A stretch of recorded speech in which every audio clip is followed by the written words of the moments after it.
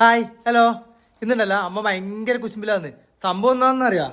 നിങ്ങൾ വിചാരിക്കും എന്തോ ആനക്കാരിയാന്ന്. എന്നാ ഗീതേച്ചി ഭയങ്കരമായിട്ട് ഇത് നല്ല വിചാരിക്കും. ഒന്നുമില്ല, ചെറിയ പിള്ളേരെക്കാട്ടിയും കഷ്ടമാണ്. ഞാൻ വിചാരിച്ച അമ്മ നവരാത്രി വരത്തില്ല സംഭവം. എന്നോട് പറഞ്ഞു, അബി ഇനി എൻ്റെ അടുത്തേക്ക് മുട്ടിയോ മീനോ ഇറച്ചോ ഒന്നും കൊണ്ടുവരാൻ പാടില്ല, ഞാൻ ഒന്നും കഴിക്കൂല, ഭയങ്കര വ്രതത്തിലാന്ന് പറഞ്ഞു. പിന്നെ അത്ര വലിയ ഇളക്കാൻ പറ്റാത്ത വ്രതമാണെങ്കിൽ അതൊന്ന് കാണണല്ലോ എന്ന് വിചാരിച്ചിട്ട് ഞാൻ എന്ത് ചെയ്തു, ഒരു 3 പാക്കറ്റ് 4 പാക്കറ്റ് വണ്ടർ കേക്ക് അങ്ങ് മേടിച്ചു. എന്നിട്ട് അമ്മേന്റെ മുമ്പിൽ നിന്ന് തിന്നു. അത് ഞാൻ കൊടുത്തിട്ട് അമ്മക്ക്, അമ്മേ വ്രതത്തിലല്ലേ, മുട്ട കൂട്ടി കേക്ക് എനിക്ക് തിന്നാൻ പറ്റില്ല എന്ന് പറഞ്ഞു. അതിന്റെ കുശുമ്പാണ് എൻ്റെ അമ്മക്ക്. നോക്കിയിട്ട് ഇരിക്കുന്ന കണ്ടാ പറയാ ഇത്ര വലിയ കുഞ്ഞായിട്ട് ഇങ്ങനെ കുശുമ്പ് കളിക്കുന്ന ആളാന്ന്. അതല്ല കേട്ടോ സത്യം. എനിക്ക് ഏറ്റവും ഇഷ്ടപ്പെട്ട സാധനം വണ്ടർ കേക്ക്.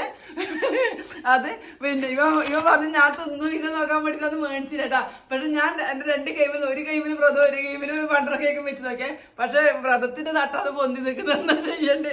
എനിക്കിത് ഭയങ്കര ഇഷ്ടമാണ്. പക്ഷെ ഇപ്പൊ തിന്നാൻ നിർവാഹമില്ല കേട്ടോ. മുട്ട കൂട്ടുന്നല്ലേ ഇവരാണെങ്കിൽ ഉണ്ടല്ലോ നവരാത്രി സമയത്ത് മീന് വില കുറയാത്ത മുന്തിയ മീൻ കൈക്ക് മറ്റേ അത് ഇത് സകല് തന്നെ മുന്നിൽ തിന്നോട്ടാ.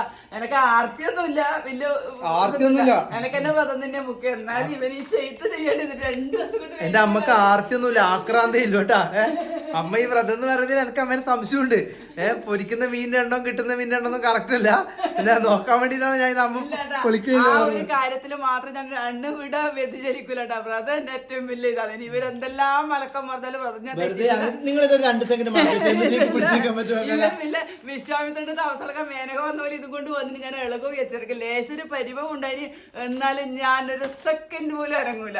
നോക്കാല 2 ദിവസം കഴിഞ്ഞിട്ട് സൂപ്പർ മാർക്കറ്റിൽ നിന്ന് കിട്ടാണ്ടൊന്നുമില്ലല്ലോ ഇവ തിന്ന് തീർക്കട്ട്.